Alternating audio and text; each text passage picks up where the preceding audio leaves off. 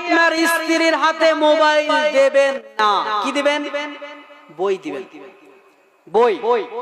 আপনি বলবেন, এই প্রিয়তমা স্ত্রী, তোমাকে পেয়ে আমার জীবন ধন্য, তুমি আমার ভালোবাসার বস্তু, তোমাকে আমি অনেক ভালোবাসি, কি পরিবার করতে চাই।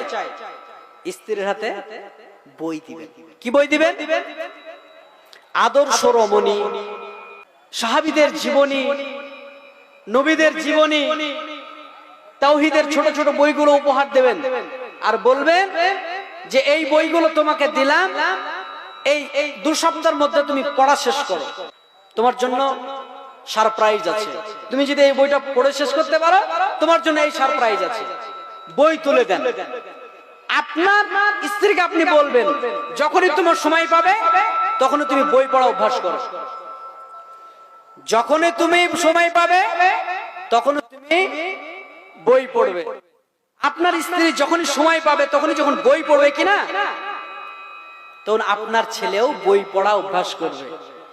হ্যাঁ, আমার মা সময় পেলেই বই পড়ে, তাহলে আমাকেও বই পড়তে। তাহলে সন্তান বই পড়ার মানসিকতা নিয়ে তৈরি হবে। আপনাকে আর ওই মাস্টারকে বলতে হবে না আমার ছেলে পড়ে না, স্কুলে যায় না, এ বলার দরকার নেই।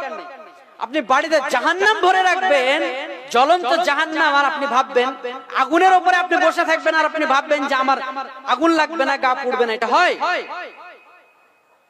বাড়িতে আপনি টেলিভিশন রেখেছেন কেন? কেন রেখেছেন? কি উপকার? ক টাকা ইনকাম হয়েছে? দেখে কি পেয়েছেন? হারিয়েছেন আখিরাত, আল্লাহর অসন্তুষ্ট আর জাহান্নাম যাওয়ার রাস্তা সহজ করেছেন, এছাড়া কিচ্ছু পাননি। আর পরিবারগুলোকে একটা জাহান্নামের টুকরা বানিয়েছেন। এর জন্য পরামর্শ দিলাম আপনাকে, আপনি আপনার স্ত্রীর হাতে মোবাইল দিবেন না। আল্লাহর রাস্তে ফোন করার জন্য ছোট মোবাইল দিবেন, নিতান্তই কথা বলার জন্য।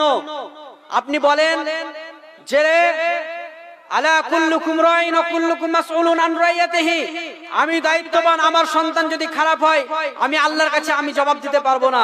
আমার সন্তান যাতে করে সঠিক মানুষ হয়, এই দায়িত্ব তোমার।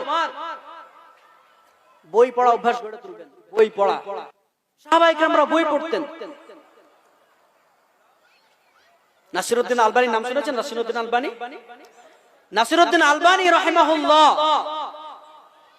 আলেমরা চিনেন, এত বড় মাফের আলেম ছিলেন।